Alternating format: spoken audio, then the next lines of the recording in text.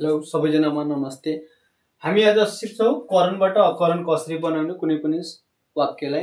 अब वाक्यलाई करण छ भने अकरण कसरी बनाउने, यसमा चारवटा रुल छ, विधि छन्, जसमा 1 नम्बर विधिमा आउँछ क्रियाको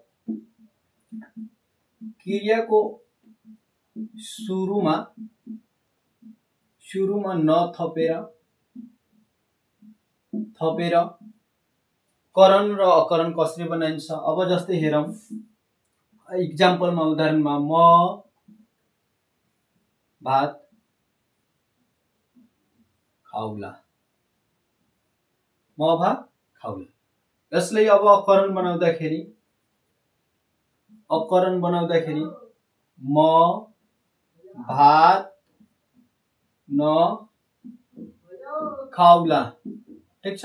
अब यो चाहिँ हाम्रो सुरुमा क्रियाको सुरुमा न को प्रयोग गरेर चाहिँ हामी अकरण बनाए। अब के छ, अब अर्को जस्तै कि राम बिहानै उठ्ला। अब यसलाई पनि कसरी क्रियाको सुरुमा न थपेर कसरी बनाउने अकरण, राम बिहानै न उठ्ला। यसरी अगाडि एउटै डिकोमा न थपेर चाहिँ हामी करणबाट अकरण बनाउन सक्छौं। यो हाम्रो सर्टकट तरिका हो। हस्त, धन्यवाद।